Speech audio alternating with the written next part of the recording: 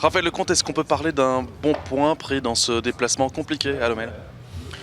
Ouais, vu le match, puis vu la situation de Lommel au classement, on savait que ça allait être un match compliqué. En venant ici, il n'y a pas énormément d'équipes qui ont gagné. On savait que ça allait être un match difficile. Je pense que c'est un point où tout le monde se satisfait. Et voilà, on va se concentrer maintenant sur l'Union la semaine prochaine. La différence, elle aurait pu être faite en première mi-temps avec des arrêts héroïques de Svetkauskas. Ce ballon de la Poussin, on le voit tous au fond. Ouais, non, c'est vrai. Après, je pense qu'au niveau des situations, on en a eu peut-être une ou deux en plus qu'eux. On a celle aussi de Ramalingon, là, où quand elle est repoussée, il la met à côté. C'est dommage, mais bon, je pense que sur l'ensemble du match, le nul était mérité pour les deux équipes.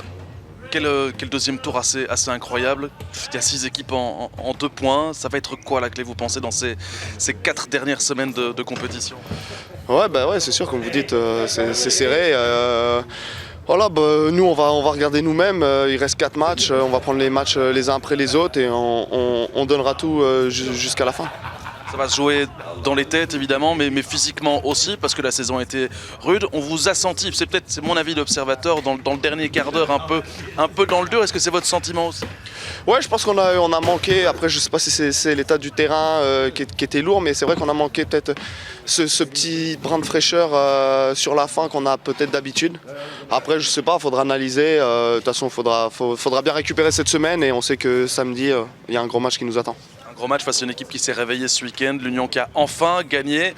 Ça va être peut-être le match déterminant qui va donner une couleur positive ou moins positive à cette fin de saison.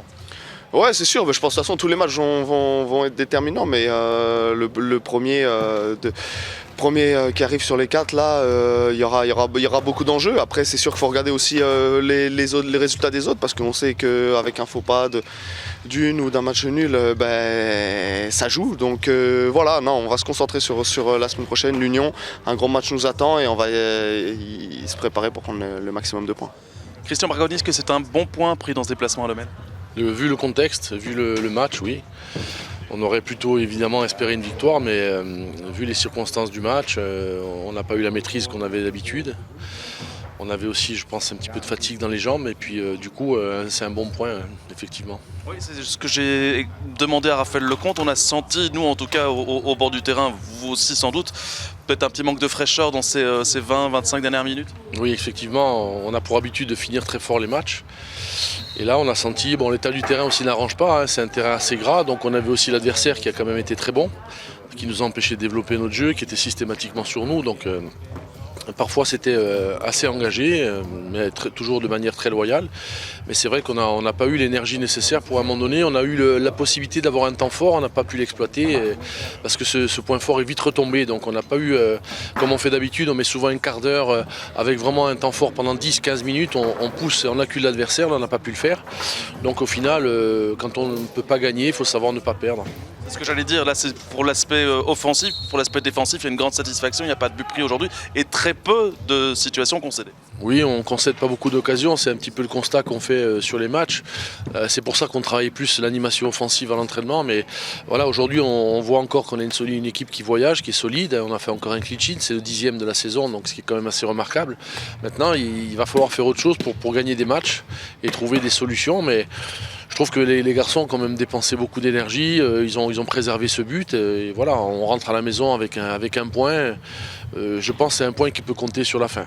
C'est parti pour 4 rencontres complètement folles désormais. La première, ce sera face à l'Union qui s'est réveillée ce week-end. Est-ce que c'est bien ou c'est pas bien pour vous ça?